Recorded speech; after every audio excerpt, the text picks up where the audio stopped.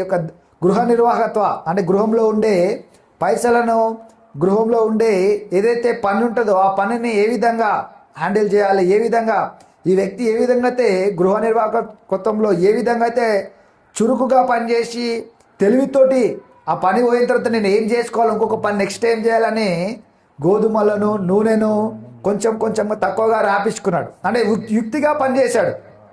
అదే అంటున్నాడు ఇక్కడ. మళ్ళీ ఇంకో వచ్చిన అన్యాయం సిరి వలన మీరు స్నేహితులను సంపాదించుకోండి. అంటే ఈ యొక్క అన్యాయపు స్థితి దీని ద్వారా మనం ఏం చేయాలంటే స్నేహితులను అంటే స్నేహితులకు స్నేహితులను సంపాదించుకోండి.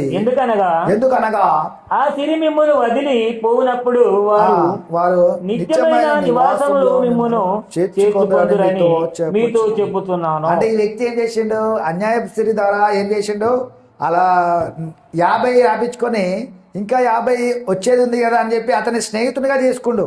అంటే అన్యాయపు స్థితి ద్వారా మనం ఏం చేయాలంటున్నాడు? స్నేహితులుగా చేసుకోండి అంటున్నాడు. మిక్కిలి కొంచెంలో నమ్మకంగా ఉండేవాడు. అంటే కొంచెంలో దేవునికి ఇచ్చి నమ్మకంగా ఉంటారు కదా, కొంచెంలో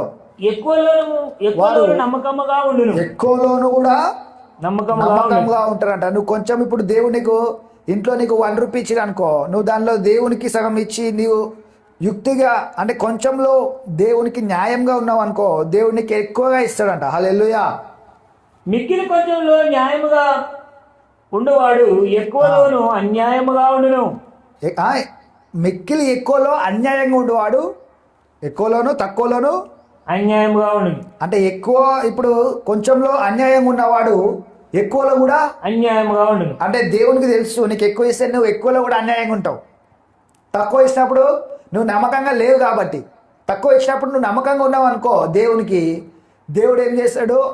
ఈ చిన్నింట్లోనే నమ్మకంగా ఉండి దేవా ఇగో ఇదో ఇంత వచ్చింది నీకు ఇంత ఇస్తున్నాను, ఇగో ఇంతగా నేను దేవుని మందిరానికి ఇంత ఇస్తున్నాను, ఇగో దేవునికి ఇంత ఇస్తున్నాను, ఇదిగో ఇంతగాని మీరు ఇచ్చారు కాబట్టి చేష్టకు సామర్థ్యాన్ని మీరే ఇచ్చారు కాబట్టి అని దేవునికి నువ్వు చిన్న దాంట్లో కూడా ఇచ్చినావు అనుకో, అప్పుడు ఏం చేస్తాడు దేవుడు? నిన్ను పెద్దగా హెచ్చించి ఎక్కువ మిక్కిలిలో నిన్ను న్యాయంగా చేసేటట్టు చేస్తున్నాడు. అందుకే తక్కువలో అన్యాయంగా ఉన్నవాడు ఎక్కువలో కూడా అన్యాయంగానే ఉంటాడని దేవుడు చూస్తున్నాడు. కాబట్టి ఈరోజు మనం ఏం చేయాలంటే కొద్దిగలో కూడా మనము న్యాయంగా ఉండాలి. దేవా ఇదిగో ఈ కొద్దిగలో నేను న్యాయంగా ఉంటున్నాను ప్రభా, నమ్మకంగా ఉంటున్నాను కాబట్టి నన్ను హెచ్చించుమని ప్రార్థించినప్పుడు దేవుడు మనల్ని కొద్దిగలో నుండి హెచ్చిస్తాడంట. హల్లెలూయా. చదువు. కాబట్టి మీరు అన్యాయపు సిరి విషయంలో నమ్మకముగా ఉండని ఎడల